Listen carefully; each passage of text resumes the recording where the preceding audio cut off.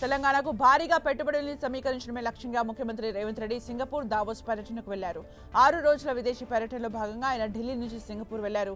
అక్కడ 3 రోజుల పర్యటన అనంతరం దావోస్ వెళ్తారు. ఐటీ పరిశ్రమల శాఖ మంత్రి శ్రీధర్ బాబు, పరిశ్రమల శాఖ ఉన్నతాధికారులు ఈ పర్యటనలో సీఎం రేవంత్ వెంట ఉంటారు. ఇవాళ, రేపు, ఎల్లుండి సీఎం, మంత్రి, అధికారులు సింగపూర్లో పర్యటిస్తారు. రాష్ట్రంలో పెట్టుబడులకు సంబంధించి వివిధ కంపెనీల ప్రతినిధులతో సంప్రదింపులు జరుపుతారు.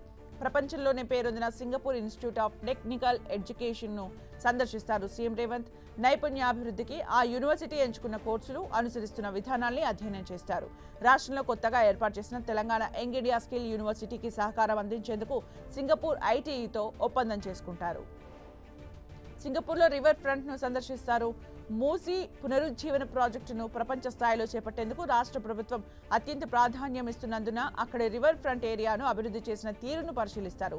సింగపూర్ పర్యటన అనంతరం ముఖ్యమంత్రి బృంద సభ్యులు ఈ నెల 20న ఉదయం దావోస్ చేరుకుంటారు.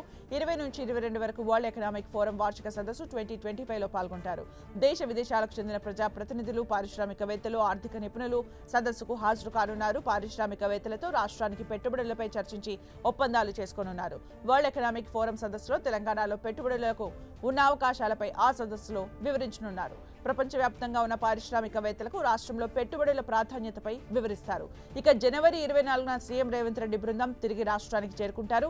పెట్టుబడుల గమ్యస్థానంగా తెలంగాణను ప్రపంచానికి పరిచయం చేసేందుకు దావోస్ పర్యటనను రాష్ట్ర ప్రభుత్వం అత్యంత ప్రతిష్టాత్మకంగా భావిస్తోంది. గతేడాది దావోస్ పర్యటన సందర్భంగా రాష్ట్రానికి 40,000 కోట్ల పెట్టుబడుల్ని ప్రభుత్వం సమీకరించింది.